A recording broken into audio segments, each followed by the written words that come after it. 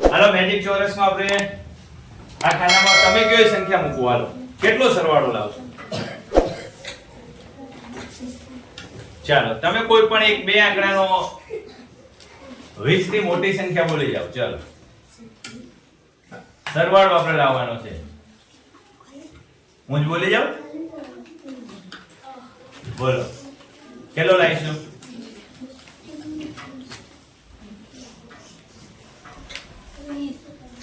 30 okay સમીરભાઈ બોલ્યા 30 જવાબ લાવીએ કેટલો લાવીએ જવાબ ચાલો 30 તો 30 સરવાળો લાવવાનો છે આ ખાનાઓમાં એવા આંકડા પસંદ કરીએ કે જેનો સરવાળો 30 થાય તો થઈ જશે કેટલા ખાના છે 1 2 3 થી 3 ને 3 એટલે 9 ખાના છે 3 બાય 3 નું ચોરસ થાય છે કેવું ચોરસ થાય છે 3 બાય 3 નો એટલે 9 સંખ્યા જોઈશે એટલે આપણે 30 ને 3 વડે ભાગી નાખીએ ચલો 30 ને કેટલા વડે ભાગીએ એટલે કેટલો જવાબ આવે 10 પછી 9 8 7 3 આવી અને 6 આ બાજુ 4 લઈ લો 10 પછી 11 12 13 અને 14 આ સંખ્યા લઈશું કઈ સંખ્યા લઈશું 6 7 8 9 10 11 12 13 અને 14 ઓકે હવે શું કરીશું આ રીતનું જે ચોરસ આપ્યો હોય એમાં થોડા ચોરસ ઉમેરી દે એમાં થોડા ચોરસ આપણે ઉમેર પેલું લખું ભાઈ હવે ચોરસ ઉમેરવા જવું પડશે ક્યાં લીધે એક અહીંયા અહીંયા પકડે એક અહીંયા બરાબર હવે શું યાદ રાખવાનું ભાઈ તો કે હવે જે પણ આપણે પ્રક્રિયા કરીએ એ આપણે આમ ત્રાસી કરશું બધા આંકડા ત્રાસા મૂકશું ક્યાંથી મૂકશું 6 થી શરૂ કરીને 14 સુધી ભાઈ ધ્યાન રાખજો 6 થી શરૂ કરીને 14 સુધી 6 7 8 9 10 11 12 13 અને 14 હવે શું કરવાનું ભાઈ તો હવે છે જે છે તો હવે ખાસ ધ્યાનમાં રાખજો જે 6 છે ઈ સામેના ખાનામાં ફેંકો એટલે અહીંયા આવી જશે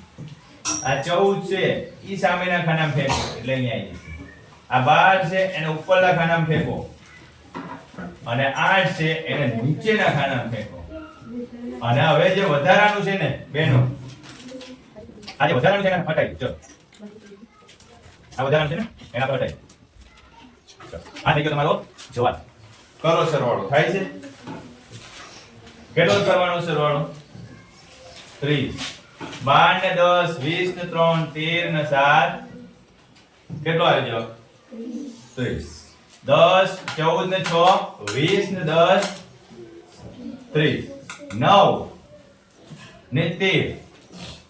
22 ને 8 30 11 ને 6 17 ને 3 20 ને 10 30 10 20 અને 30 9 ને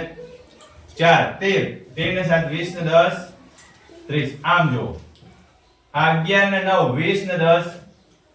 30 આમ જુઓ 13 ને 7 20 ને 10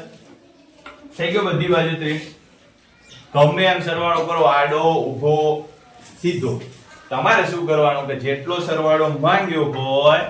એને ધારો કે મેં તમને 30 નું ઉદાહરણ આપ્યું હતું આપણે એને 3 વડે ભાગાકાર કર્યો